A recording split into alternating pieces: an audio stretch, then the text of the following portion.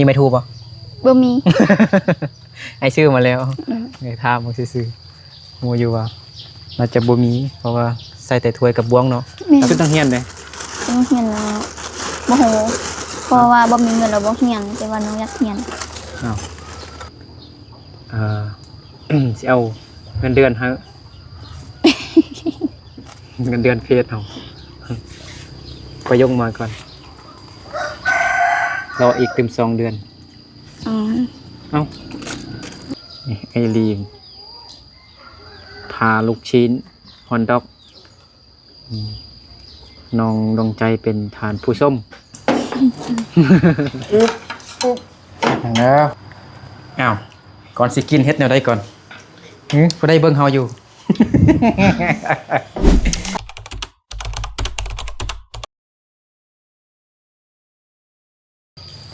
สบายดีพี่น้องเบิดสิคูสิคนเด้อยินดีต้อนรับเข้าสู่2บ่อนึกคือเก่าเนาะมื้อนี้บ่อนึกมาหาน้องดวงใจเนาะผู้สาวไทยมือหนึ่ง ดวง ดวงใจเป็นสาวไทยครึ่งมือหนึ่ง 2 มือสบายดีสบายดีมันว่าสาวไทยมาน้องดวงใจเนาะมื้อนี้ก็สิมาเฮ็ดเชส่วนกินเงินน้องดวงใจเด้เงินน้องประยงก็เฮ็ดหลายแล้วเชส่วนก็ได้น้องลากก็เฮ็ดหลายแล้วบัดนี้บัดลองเฮ็ดเชส่วนอยู่เงินน้องดวงใจเบิ่งเป็นจังไดมีไม่ถูกบ่บ่มี ไอ้ชื่อมาแล้วไงถามมึงซื่องูอยู่ว่าน่าจะบ่มีเพราะว่าใส่แต่ถ้วยกับบ้วงเนาะตักเขากินเขากับน้ำเนาะแม่นบ้วงกับถ้วยแล้วเนาะเป็นจังไดไปไทยบ่มีพาสปอร์ตบ่ได้ไปซ้ำเอาบางคนเนี่ยเขาเฮ็ดบัตรข้าวกันไปไหนเด้แล้วเป็นยังคือน้องใจไปบ่ได้มันผิดอยู่วันใดแนวใดบ่ฮู้บ่ฮู้เลยยังบ่ฮู้ได้ยินเขาว่าเขาสัมภาษณ์แล้วบ่ผ่านเนาะ ว่าบ่ถือกันบ่ตรงกันนะแม่นบ่แม่นติแม่นติแล้วน้องว่าไปจังหวัดหยังจังหวัด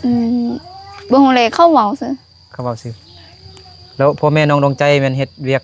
อยู่จังหวัดพิษณุโลกแม่นบ่แม่นมีแต่แม่น้องประยงเนาะมีพาสปอร์ตแล้วก็ผู้ใดได้ไปนะอายหั่นอายมีอาย2 คนไปเป็นจังไดมีแต่ผู้เดียวผู้นั้นแม่นผู้กกบ่อนอายผู้กกบ่อายผู้กกไปได้เนาะเขาผ่านจักคนผ่าน2 คนเอ้าเรื่องนั้นกลับหมด แล้วไปทำอิฐจักคนไปนะไปทำอิฐเรา5-6 คน5 คน7 คนกลับมา5 คนผ่านมีแต่อายน้องดวงใจกับแม่น้องประยงเนาะแม่นกับ5 คนเนาะ7 คนทำอิฐเนาะแม่นคือน้องดวงใจสิไปหาเงินนำพ่อแม่อยู่ไทยเนาะแบบไปแบบชั่วคราวซื่อๆนะไปประมาณ2 เดือน3 เดือนแต่ว่าวันนี้เขาสัมภาษณ์แล้วบ่ผ่านว่าสัมภาษณ์แล้ววันนี้เจ้าหน้าที่เขาถามได้ยินผู้ใดเว้าบ่นะน้องลาบ่เคยพาน้องลาเนาะกะกลับเนาะแม่นมีเด็กน้อยเลยเนาะไปนำเนาะแม่นยากเลยเนาะอากลัวนะกลัวไปเนาะเราไปสัมภาษณ์ไปตอบบ่ตรงกันเขาก็เลยบ่ให้ผ่านแล้วก็อีกอย่างบ่มีพาสปอร์ตเด้เนาะยานเจ้าหน้าที่เพิ่นเบิ่งน้องดวงใจเป็นคนน้อยแล้วเจ้าหน้าที่เพิ่นยานน้องดวงใจไปเฮ็ดเวียกหนัก เพิ่นก็เลยบ่ให้ไปเจ้าหน้าที่ยานน้องดวงใจบ่งามหั่นน่ะไปเฮ็ดเวียกเฮ็ดให้เฮ็ดสวนอยู่พุ่นจังหน่อยผิวดำดูแบบนี้งามแต่บ่มีเงินซื้อเอามันนี่เฮ็ดเสวนเฮือนน้องดวงใจ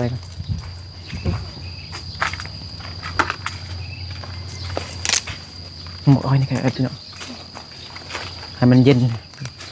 กองต้นไม้มันเย็นดีเย็นดีได้น้องดวงใจได้ไปเที่ยวเบิดเดียวสิเนาะ แม่น ไม่ได้เรียกหรอกไกลลายบ่ทางดีบ่ดวงใจ ทางดี ทางไปถึงใดตั้งแต่นี้ไปนะ เออ มัน ยัง ก็ดีอยู่บ่ ทาง มันมีคุ้มลายบ่ ไว้ มีลายนะ ขี่รถยังไปรถตูน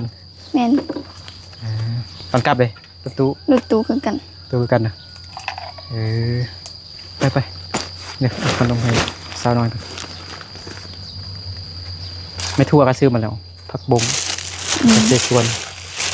ให้น้องดวงใจเฮ็ดผู้เดียวเลยนะเป็นบ่ เป็น เซฟแน่นอนเนาะนี่หน่อยเวลากลับมา เลย เวลาไปหลัก18ยังบ่ทันมาดอก เอ เกลือ อ นี่รถจังไดเนี่ยตัวดิน ไปเฮ็ดอยู่ไสเฮ็ดอยู่ในเฮือนบ่ ได้ เฮือนเนาะมีหมอสุกี้อยู่เนาะ มี โอ้ยเฮ็ดโอ้ยยานเอาขนมเอาขนม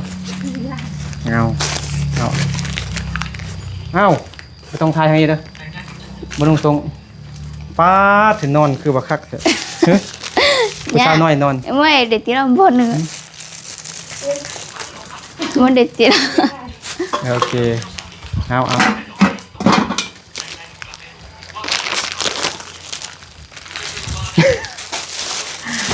บ่ดวงมาจับกล้องกันได้น้องเฮ็ดนะน้องเฮ็ดกับดวงบ่นึกเป็นตากล้องให้ซองสาวเฮ็ดก่อนจักหน่อยน้องลาก็สิมาน้องลาไปฮะทางไหนทางมันฮ้อนติเฮ็ดอยู่ได้ยังไง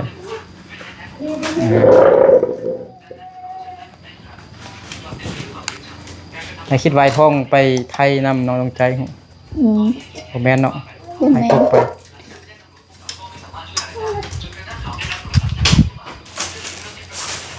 สองสาวจัดการนะน้องดวงใจผู้สาวจีนกับผู้สาวยวน FC คือสกิทฮอดน้องประยงกับน้องดวงใจนี่แหละ ประเด็นหลังซ้ พอดีน้องดวงใจบ่ได้ไปไทยสำกับขึ้นว่าก็ได้ทายน้องดวงใจคือเก่า FC คือสิดีใจแล้วบัดนี้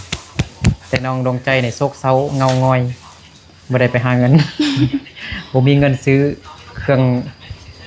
นักเรียนชุดนักเรียนเขาเดือนเก่านี้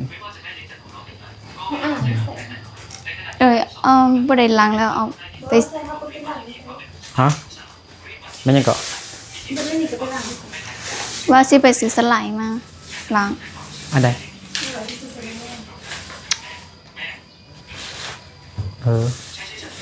เป็นยัง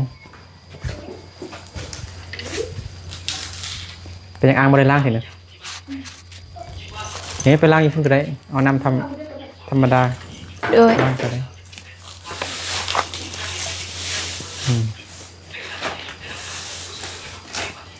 เพื่อเดี๋ยวไปเศร้าหน่อยกินขนมเป็นตาแซ่บคัก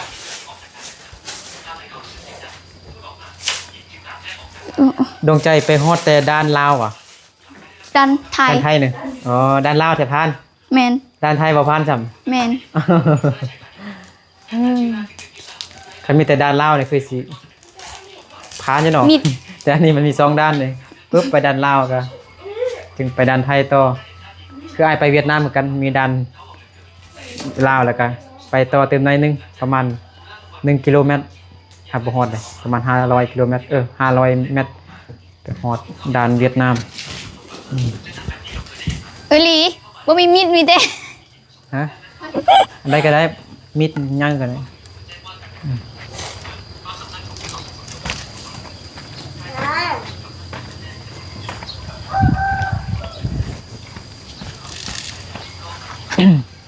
เฮ็ดท้าน้องล้าไปหลัก18ไปเอาเครื่องอยู่อนุสิตว่าซั่น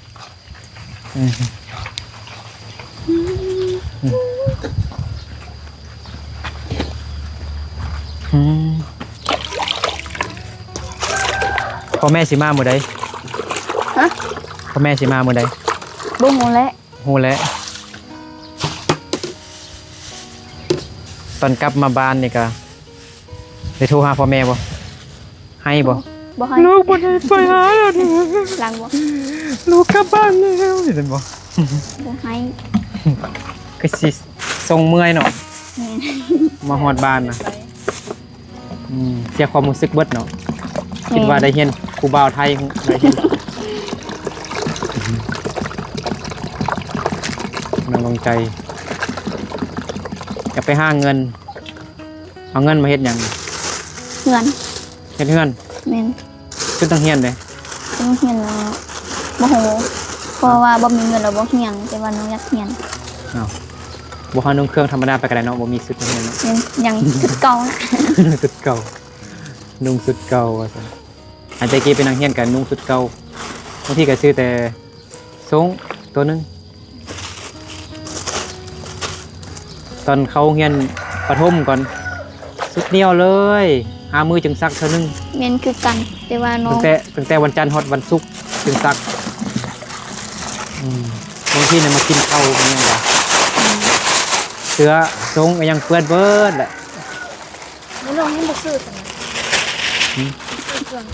ซื้อเครื่องซ้ำซื้อ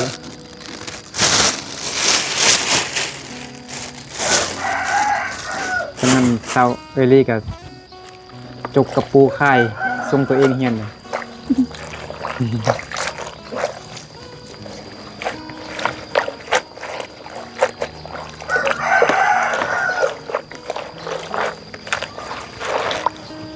น้องใจ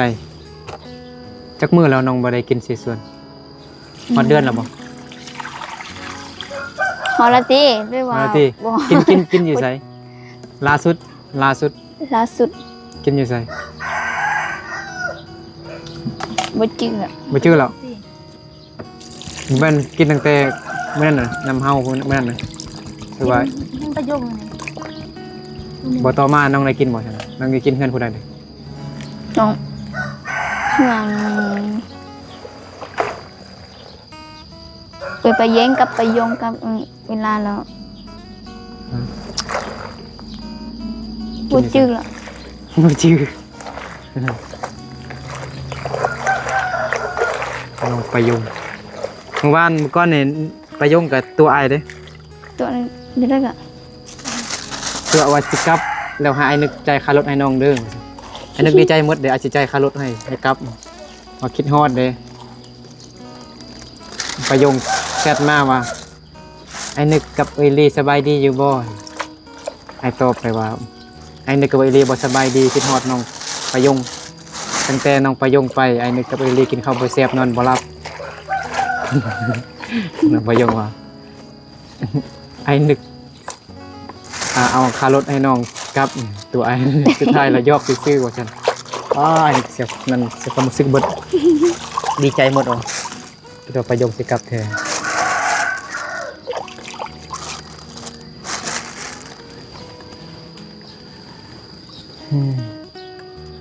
วันนี้ก็มีแดดใช่บุเมื่อวานฝนตกหลายบ่ดวงตกหนักบ่ หนัก หนักสักจากโล บ่ฮู้แหละเต็มหนัก FC คิดฮอดเด้เนาะ FC นี่ดีใจแฮงน้องใจมาแต่ว่าน้องใจนี่เซา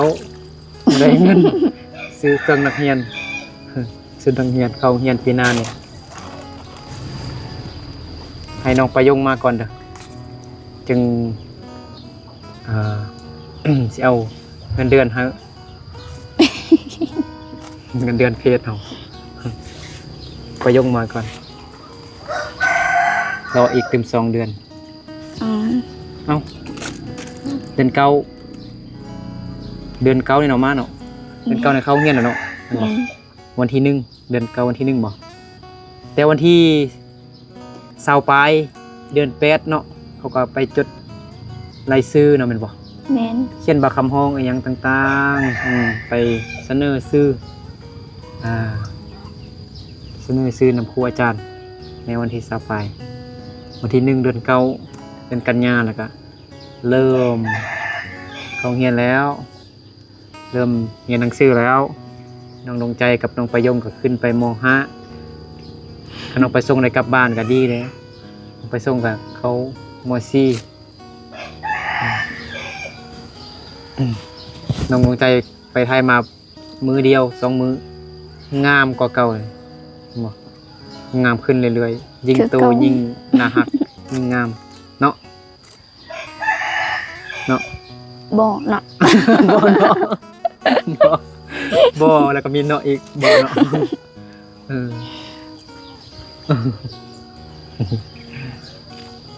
แท้ยิ่งใหญ่ยิ่งนะฮะคือเขาว่าน้องคือน้องมีนาอยู่ห้วยเสงี่ยมเห็นคลิปน้องมีนาบ่ ยัง ฮะมีนาห้วยเสงี่ยมนะ ยังบ่เห็น เอ้าเราบ่เห็นคลิปเนาะแต่เห็นมีนาแล้วเนาะ เห็นแล้ว เห็นมีนาแหละมื้อนั้นไอ้ไปแล้วไอ้คิดว่าแม่นนางเอกมาคิดว่าบ่แม่นน้องมีนาแต่งตัวแบบโอ้คือว่าผิวขาวมากกว่าเก่าเลยผมน้องก็บ่ได้แบบผมย่องๆหั่นน่ะอยู่ทางหน้านะแบบเกียงดีเป็นน้องดวงใจคือกันดันบ่ได้มาถ่ายปุ๊บมาบัดนี้แล้วป้าเป็นสาวไทย2 มืองาม ไปฮอดไซแดนไทยแล้วก็กลับขึ้นมาบ่ได้ไปต่อซั่น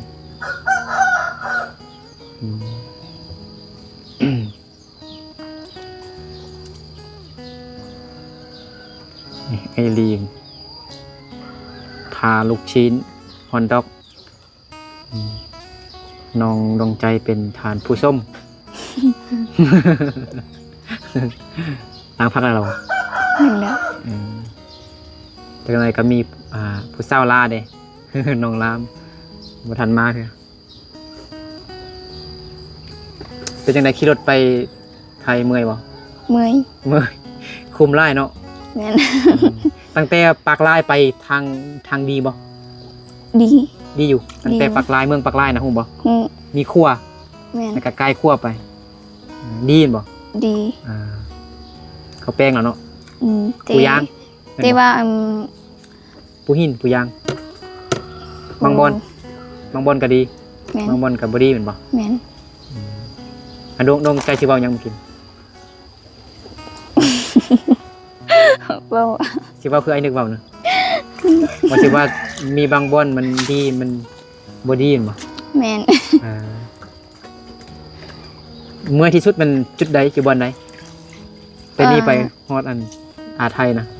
อยู่บ่อนใดจุดใดอยู่ไกลปากลายบ่หรือว่ามาทางนี้ มาทางบ้านเฮานี่บ่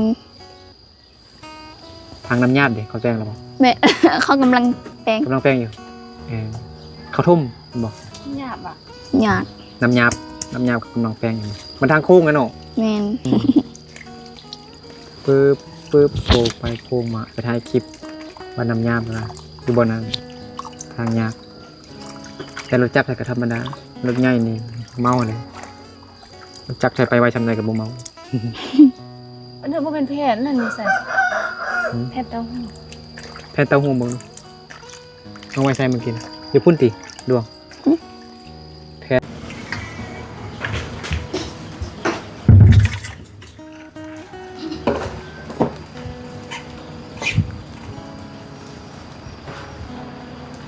ผู้สาวหน่อยเบิ่งแท้เบิ่งว่าจะกิน ให้ ข น้ น อง ม เอาซะบ่ ใส่มือกันเลย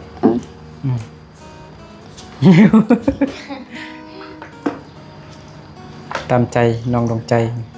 เฮ็ดได้ก็ได้ ไม่ก็ได้จะเต็มมาเต็มหม้อ วันนี้เราสิมากินซีมือของสาวไทย ประสดดวงใจก่อน สาวไทยมือหนึ่งออกกำลังกายวะเนาะขี่รถออกกำลังกายเอาทางบ่ละบ่ดีแน่ปกติบ่ ว่าใส่ไม่ก็ได้ เอาเลย ยังก่อน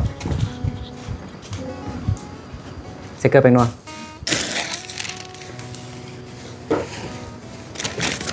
อร่อยกินเศษส่วน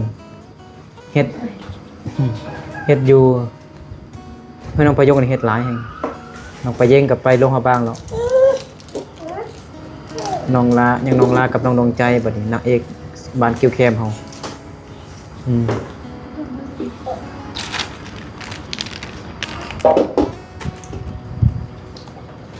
นางเอกที่งามที่สุดบ้านคิวแคมนี่หน่อยกินขนมเด้อกินขนมเด้อนี่หน่อย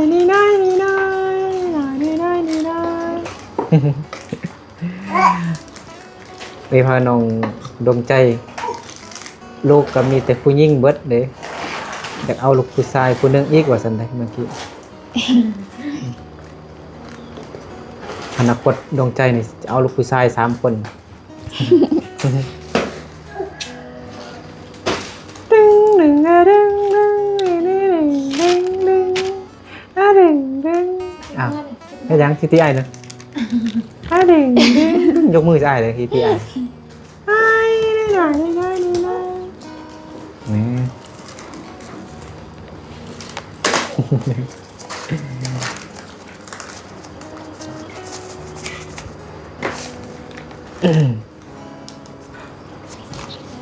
มาซีมือน้องดวงใจเฮ็ดสีส่วนเด้อวันนี้เด้อพี่น้องเด้อมีซีหลายคนทักถามมา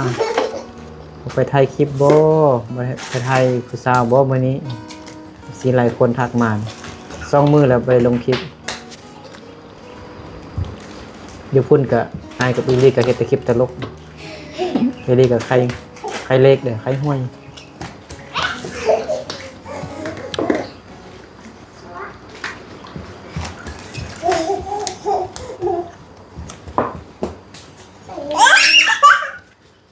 ตอนนี้น้องดวงใจจะกินยัง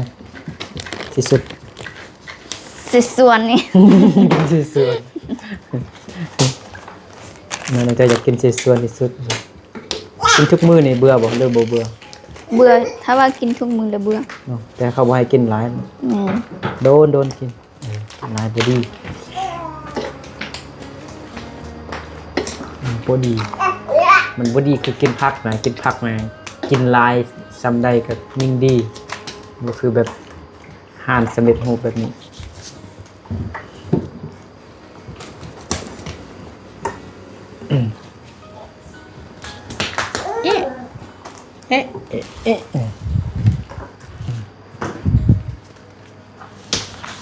นี่หน่อยน้ำน้อยครับบอกเอาเติมน้ำลงไป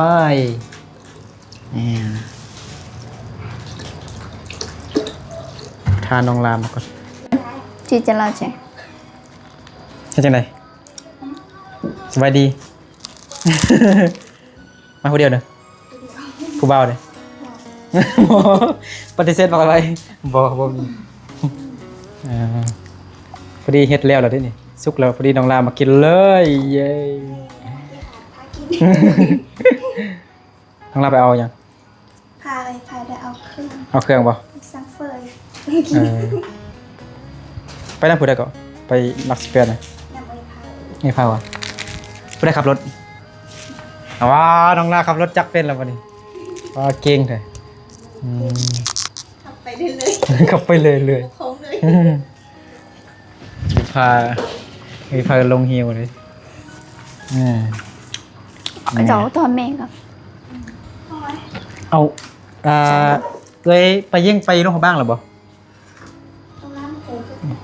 บริษัทมาเราว่าไปมือก่อนนี่ตั้งแต่เช้า5 โมงเช้าว่าซั่น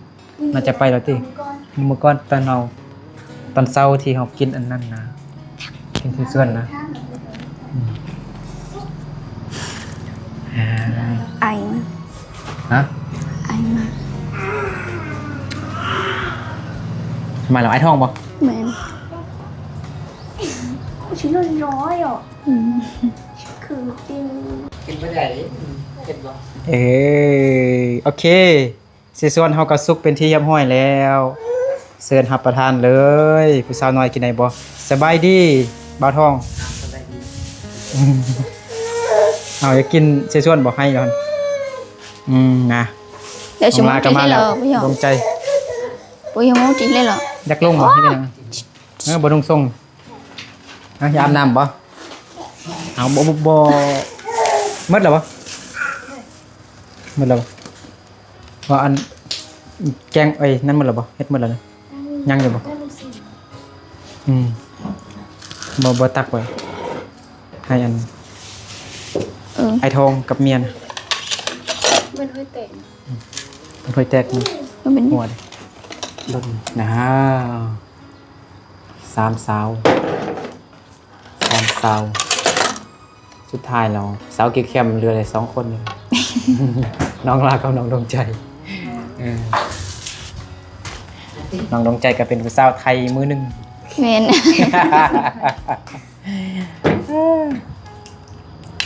เขาจะเฮ็ดพาสปอร์ตกับบริเฮ็ดเวียกโดนเนาะแต่2 เดือนปลายซื่อๆกลับมาเข้าเนี่ยคือเก่า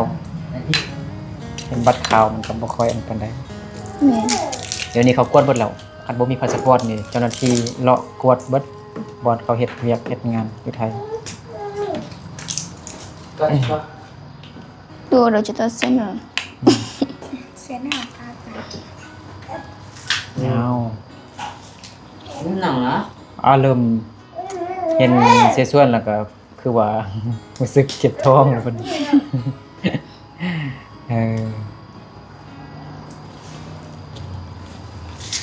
ข้างหลังมันก็คือบุซุกเนาะ ลืมแล้วท้องมัน26 ปีว่ะ27 Sau sau hốc. 26 Sau hốc là sau hai. 26เป็นน้องปีหนึ่ง เป็นน้องเคยปีหนึ่งมากินน้ำกันบ่เจ้าเราจะกินบ่ท้อง ไอ้ กินตอนนี้บ่ นักกันแต่ กิ ชิ นตอนนี้ก็ได้ Nên cứ tìm cái này. ต้องกินน้ำเมี่ยมแซ่บอร่อยกินทีเดียวแจงพออยู่นี่แจงแห้งโอ้งามทั้ง3 สาวเลย ได้น้อย โสดหมดทุกคนเลยเลย น่าไหม สวดสามสาว เอา สาวโสด ใจบุมีตังค์เลย บ่มี นี่เอานี่กันนะ เอาใจนานเลยก็ได้ บ่นั่งก็ได้ บ่นั่งก็ได้ นางยองโยเนาะอาจีเอากินคักๆบัดใช่ตั้งกล้องกันเด้อ เพลงหายาวด้วยเด้อซุน นั่งแล้วอ้าวก่อนสิกินเฮ็ดแนวใดก่อนบ่ได้เบิ่งเฮาอยู่ ปันเจ มาพี่น้อง มากินเสส่วนสีมือของน้องอาละเอา บ้าก็ได้ ตกลงกูได้เฮ็ดแล้วบัดนี้น้องลาฮาก็มาแล้วมันสีมือของน้องลาเลยบัดนี้มาพี่น้องเนาะมาเด้อเนาะมื้อนี้FC เลี้ยงเนาะมันก็เลี้ยงมอนึงเนาะงบยังเหลืออยู่ก็เลยมาเฮ็ดเงินน้องดวงใจแม่นเฮ็ดอยู่เงินน้องละโทรมาเฮ็ดเงินน้องดวงใจพี่น้องเนาะมาพี่น้องเนาะมากินซีมือน้องละเสร็จ หมอขยายอยู่เนาะมันคือว่า มันร้ายเนาะมันคือมันคิ้วมันไหม พักเพื่อนกันไปเนาะ มันทำคิ้วมันไหมมันมักไหมอยู่เนาะ มันน่ะ เป็นไงกินได้เด้อเฮ็ดจะกินยังกันนะไม่กินบ่ว่าคันจะกินเนาะเอาคนนั้นใส่เกลือไปงัวกันเนาะบ่ใส่เผ็ดนะ ใช่ คนมีแต่ต้มเอาเล็กน้อยเนาะ2 คนคนนั้นยังไม่หมดเลยเนาะ อุ่นบ้า ไอ้ ไอ้ดวงเอาไอ้ดวงจับให้ก็ได้เอากินเด้อต้องอายเด้อปิดกล้องแล้วปิดคลิปแล้ว เอาไปจานน้องนะ มาพี่น้องเสียบๆอร่อยมากเลย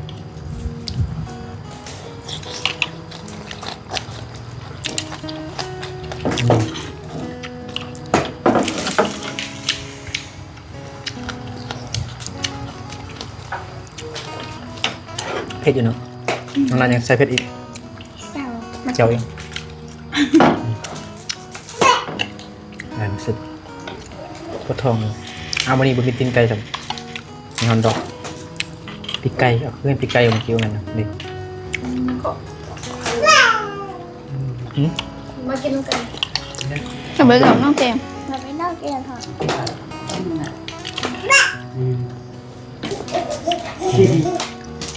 อันนี้เสร็จ ตา เนาะ ตา มันนุ่ม ครับ เอาเนี่ยเห็ดเลยนะกุ้งบ่ ๆบ่แม่นหมูติ ปลาสลาม ปลาสลัดนี่ โอ้ลืมตลอดมาที่เสื้อที่สู้มาลืมตลอด ก็อย่างก็ หืม หมูย้อนน่ะ มายอนะ เขามุนๆแล้ว เจ๊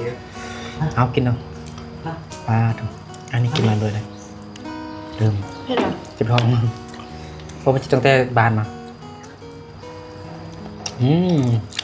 กินกับกินอะไร ให้หมูโดให้หมูอุ่นโดอุ่นโด อ้าวทำน้องดวงใจว่ะเดี๋ยวนี้อยากกินยังกินเสียส่วน เรียนเสียส่วนอยู่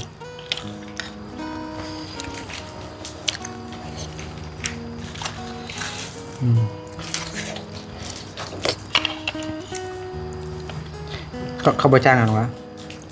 บริจ้างไปให้ไปนาน เพราะว่าหมดอื่นไป นี่หรอ เขาแจ้งเงินจำไปเมื่อวันนี้วันหมดอื่นเราเข้าไปนี่หมู เขาขับคนลายบ่ขับคนลายบ่ ไล่ บอกให้ดวงใจไปนำดวงใจไป ดูหัวแบบดูหัวว่าเข้ามาบอกเรื่องตรงมาชิต้าไฮกันจ้า ต้องถามเลย นี่หมูเสือสองไปเจ้าก็เกิดตัวเนี้ยนี่จะมีนะต้องไฮ เฮ็ดอยู่ใส่ที่นั่น ดูสิเนี่ยจ้ะ ดำนาบ่ บาบุสลี ตุกสลี ฝนตกเลยคนไทย มือเท่าไหร่ มีลายเส้นเจ็ดเอง จันเจ็บเนาะ กินน้ำพังไปเลย 300 บาท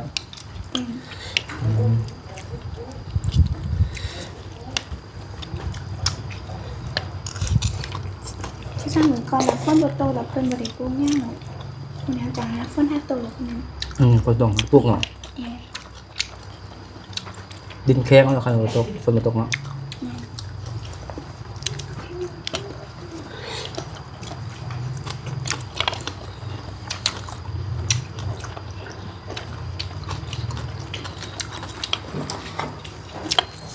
เผ็ดเหรอมา เจ้าเผ็ดเนาะ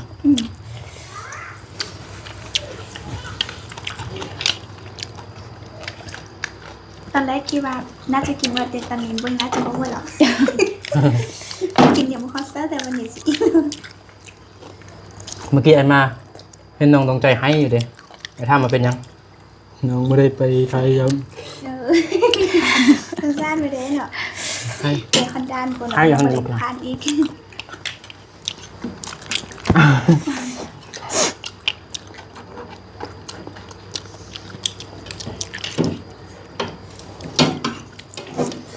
มาหยอกน้องตรงใจซื้อๆน้องใจบ่ได้ให้เลยเต้น TikTok อยู่เด้มตัวเอกแล้ว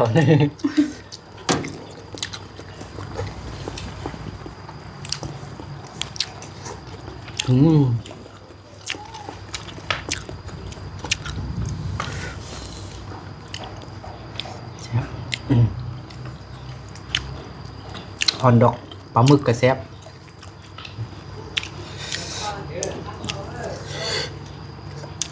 เนี่ยนอกที่ส่วนย่างได้ได้สระ มาช่วยๆสำคัญเนี่ย เราไปนอนได้แล้วเหรอ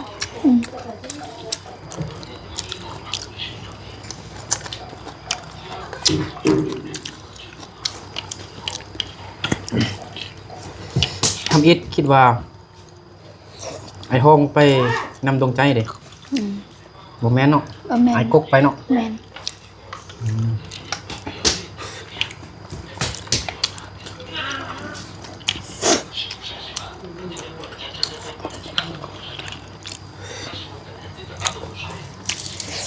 ไอ้กกพานได้มาพานครับพานใน2 คน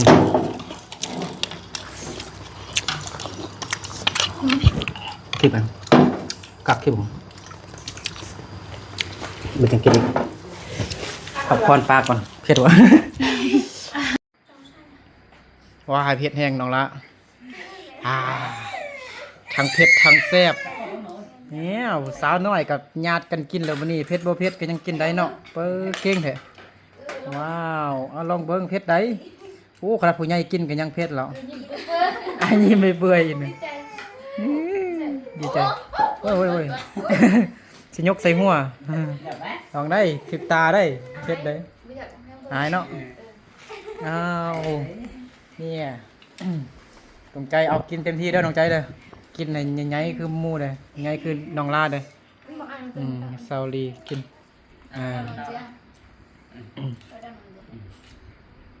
เอากินเนาะบ่นึกแท้อิ่มแล้วพี่น้องเนาะกินลายกับบ่ได้เก็บท้อง